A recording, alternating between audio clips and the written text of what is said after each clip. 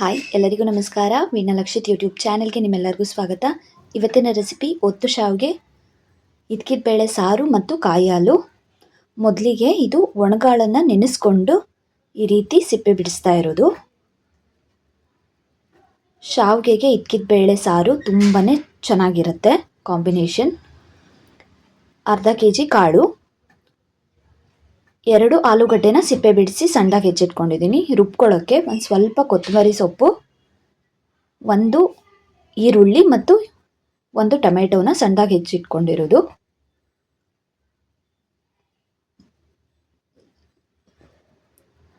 ಒಂದು 3 ಸ್ಪೂನಷ್ಟು ತೆಂಗಿನಕಾಯಿ ತುರಿ ಹಾಕ್ಕೊಂಡು ಅದನ್ನು ಒಂದ್ಸಲ ಗ್ರೈಂಡ್ ಮಾಡಿಕೊಂಡು ಅದಾದಮೇಲೆ ಸಾಂಬಾರ್ ಪೌಡರ್ ಹಾಕ್ಕೊಂಡು ಮಿಕ್ಸಿ ಮಾಡ್ಕೋತಾ ಇದ್ದೀನಿ. ನೈಸಾಗಿ ಈ ರೀತಿ ರುಬ್ಕೊಂಡಿದ್ದೀನಿ. ಒಗ್ಗರಣೆಗೆ 1 ಈರುಳ್ಳಿ, 1 ಟೊಮೆಟೊ, ಒಂದು ಸ್ವಲ್ಪ ಬೆಳ್ಳುಳ್ಳಿ ಜಜ್ಕೊಂಡಿರೋದು ಮತ್ತು ಕರಿಬೇವು. ಮೊದಲಿಗೆ ಎಣ್ಣೆ ಹಾಕಿ, ಎಣ್ಣೆ ಕಾದ್ಮೇಲೆ ಸಾಸಿವೆ ಸಿಡಿದ ಮೇಲೆ ಕರಿಬೇವು ಮತ್ತು ಜಜ್ಜಿರುವಂಥ ಬೆಳ್ಳುಳ್ಳಿ ಹಾಕಿ ಫ್ರೈ ಮಾಡ್ಕೋಬೇಕು. ಅದಾದಮೇಲೆ ಹೆಚ್ಚಿರುವಂಥ ಈರುಳ್ಳಿ, ಟೊಮೆಟೊ ಹಾಕಿ ಫ್ರೈ ಮಾಡ್ಕೋತಾ ಇದ್ದೀನಿ. ಸ್ವಲ್ಪ ಬಾಡಿಸ್ಕೊಂಡು ಒಂದು ಸ್ವಲ್ಪ ಅರಿಶಿನ ಪುಡಿ ಸೇರಿಸ್ಕೊಂಡು ಬಾಡಿಸ್ಕೊತಾ ಇದ್ದೀನಿ.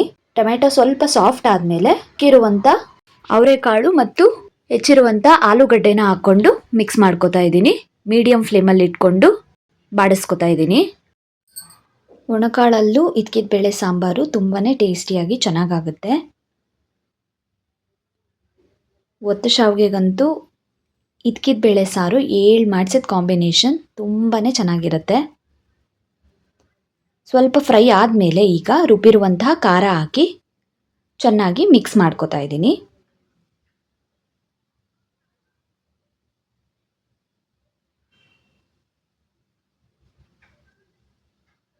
ಇದ್ಕಿದ ಬೇಳೆ ಸಾರು ಎಷ್ಟೇ ತೆಳ್ಳಗಿದ್ರೂ ಮತ್ತೆ ಬೆಂದ ಮೇಲೆ ಗಟ್ಟಿ ಆಗುತ್ತೆ.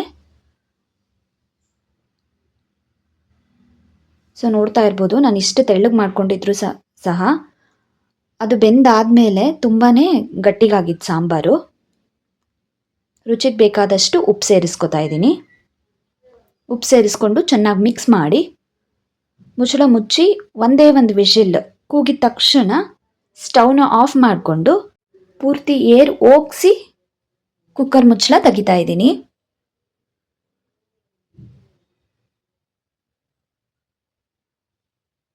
ನೋಡ್ಬೋದು ಎಷ್ಟು ತೆಳ್ಳಗಿದ್ರೂ ಇದ್ಕಿದ ಬೇಳೆ ಸಾಂಬಾರು ಗಟ್ಟಿ ಆಗುತ್ತೆ. ಸೊ ಈಗ ಎಷ್ಟು ಬೇಕಷ್ಟು ನೀರು ಸೇರಿಸ್ಕೊಂಡು ಕನ್ಸಿಸ್ಟೆನ್ಸಿನ ಸರಿ ಮಾಡ್ಕೋತಾ ಇದ್ದೀನಿ. ಟೇಸ್ಟ್ ಅಂತೂ ತುಂಬಾ ಚೆನ್ನಾಗಾಗಿತ್ತು.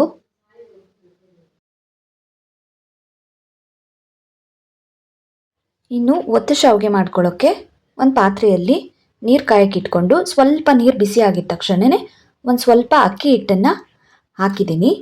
ನೀರು ಪೂರ್ತಿ ಕುದಿ ಬಂದಮೇಲೆ ಅಕ್ಕಿ ಹಿಟ್ಟನ್ನು ಸೇರಿಸ್ಕೊಂಡು ಒಂದು 5 ನಿಮಿಷ ಬೇಯಿಸ್ಕೊಂಡ್ಬಿಟ್ಟು, ತುಂಬ ಹೊತ್ತೇನು ಬೇಯಿಸೋ ಅವಶ್ಯಕತೆ ಇಲ್ಲ, ಅಕ್ಕಿ ಹಿಟ್ಟನ್ನು ಅಳ್ಕೊಂಡ್ರೇ ಸರಿ ಹೋಗುತ್ತೆ. ಸೊ ಒಂದೇ ಒಂದು 5 ನಿಮಿಷ ಅದನ್ನು ಬೇಯಿಸ್ಕೊಂಡು ಈ ರೀತಿ ಚೆನ್ನಾಗಿ ತಿರುಗಿಕೊಂಡು ಹೊಂದಿಸ್ಕೊತಾ ಇದ್ದೀನಿ. ಸ್ವಲ್ಪ ಗಟ್ಟಿಯಾಗಿತ್ತು, ಸೊ ಹಾಗಾಗಿ ಗಂಜಿನೇ ಸ್ವಲ್ಪ ಎತ್ತಿಟ್ಕೊಂಡಿದ್ದೆ, ಅದನ್ನೇ ಒಂದು ಅರ್ಧ ಗ್ಲಾಸಷ್ಟು ಹಾಕಿ ಮತ್ತೆ ಚೆನ್ನಾಗಿ ತಿರುಗ್ಕೋತಾ ಇದ್ದೀನಿ.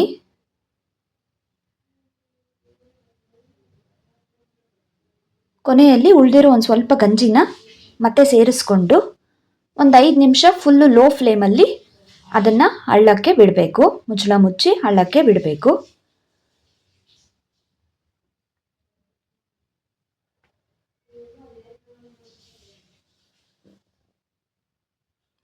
ಒಂದು 5 ನಿಮಿಷ ಆದಮೇಲೆ ಈ ರೀತಿ ಮತ್ತೆ ಇನ್ನೊಂದು ಸಲ ಚೆನ್ನಾಗಿ ಹೊಂದಿಸ್ಕೋಬೇಕು. ಗಂಟುಗಳಿದ್ರೆ ಎಲ್ಲ ಕ್ಲಿಯರ್ ಆಗುತ್ತೆ. ಈ ರೀತಿ ಉಂಡೆ ಕಟ್ಕೊಂಡು ಹಾಟ್ ಬಾಕ್ಸಲ್ಲಿ ಹಾಕಿ ಇಟ್ಕೋತಾ ಇದ್ದೀನಿ. ರಾಗಿ ಶಾವಿಗೆ ಮತ್ತು ಅಕ್ಕಿ ಶಾವಿಗೆನ ಒಂದೇ ಸಲ ಒತ್ತಕ್ಕೆ ಅಂತಂದು. ಮತ್ತು ರಾಗಿ ಶಾವಿಗೆಗೆ ಅದೇ ಪಾತ್ರೆಯಲ್ಲಿ ಸ್ವಲ್ಪ ನೀರು ಇಟ್ಕೊಂಡು, ನೀರು ಒಂದು ಸ್ವಲ್ಪ ಬಿಸಿ ಆದಮೇಲೆ ಹಸಿಟ್ಟು ಹಾಕ್ಕೊಂಡಿದ್ದೀನಿ. ನೀರು ಚೆನ್ನಾಗಿ ಕುದಿಯೋವಾಗ ಈ ರೀತಿ ಹಸಿಟ್ಟು ಹಾಕ್ಕೊಂಡು ಚೆನ್ನಾಗಿ ಬೇಯಿಸ್ಕೋಬೇಕು. ಚೆನ್ನಾಗಿ ಬೆಂದ ಮೇಲೆ ಈ ರೀತಿ ಹೊಂದಿಸ್ಕೊತಾ ಇದ್ದೀನಿ.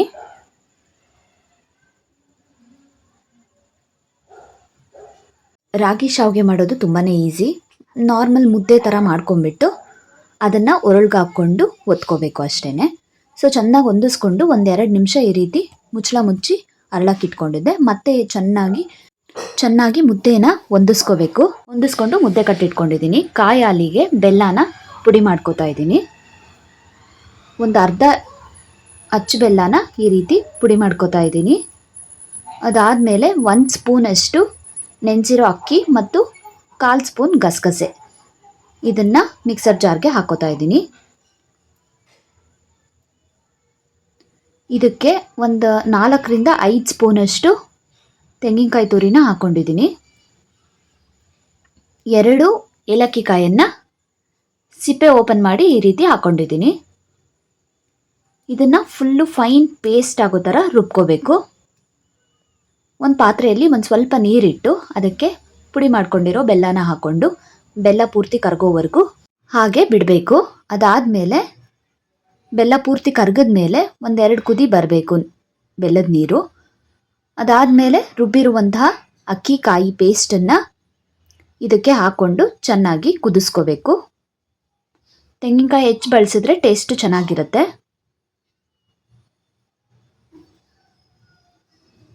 ಕನ್ಸಿಸ್ಟೆನ್ಸಿ ನೋಡಿಕೊಂಡು ನೀರು ಸೇರಿಸ್ಕೋಬೋದು. ಅಕ್ಕಿ ಹಾಕಿರೋದ್ರಿಂದ ಸ್ವಲ್ಪ ಗಟ್ಟಿಯಾಗುತ್ತೆ. ಸ್ವಲ್ಪ ಗಟ್ಟಿಯಾಗಿತ್ತು, ಸೊ ನೀರು ಸೇರಿಸ್ಕೊಂಡು ಸರಿ ಮಾಡ್ಕೊಂಡಿದ್ದೀನಿ. ಕೈಗೆ ಒಂದು ಸ್ವಲ್ಪ ತುಪ್ಪ ಸವರ್ಕೊಂಡು ಒರಳಿಗೆಲ್ಲ ಈ ರೀತಿ ತುಪ್ಪ ಸವರ್ತಾ ಇದ್ದೀನಿ. ಅದಾದಮೇಲೆ ಅಕ್ಕಿಯಿಂದ ಮಾಡಿರುವಂತಹ ಮುದ್ದೆನ ಈ ರೀತಿ ಹಾಕ್ಕೊಂಡು ಪೂರ್ತಿ ಫಿಲ್ ಮಾಡ್ಕೋತಾ ಇದ್ದೀನಿ.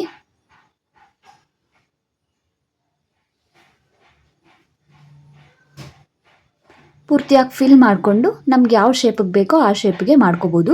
ನಾನು ಈ ರೀತಿ ಉದ್ದವಾಗಿ ಶಾವಿಗೆನ ಒತ್ಕೋತಾ ಇದ್ದೀನಿ.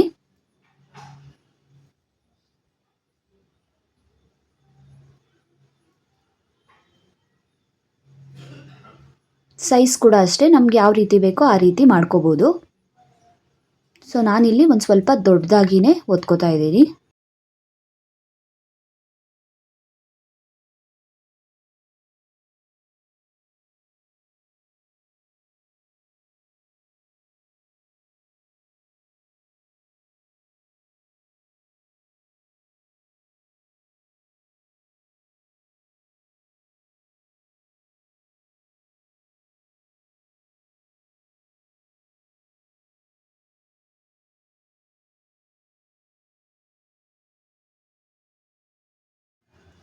ಅದೇ ಥರನೇ ರಾಗಿ ಮುದ್ದೆನೂ ಫಿಲ್ ಮಾಡಿಕೊಂಡು ಈ ರೀತಿ ಶಾವಿಗೆ ಒತ್ಕೋತಾ ಇದ್ದೀನಿ. ತುಂಬಾ ಮೃದುವಾಗಿ ಚೆನ್ನಾಗಾಗಿತ್ತು. ಟೇಸ್ಟ್ ಅಂತೂ ಸೂಪರಾಗಿ ಆಗಿತ್ತು. ಆ್ಯಂಡ್ ಇದ್ಕಿದ ಬೇಳೆ ಸಾಂಬಾರಿಗೆ ಕಾಂಬಿನೇಷನ್ ತುಂಬಾ ಚೆನ್ನಾಗಿತ್ತು.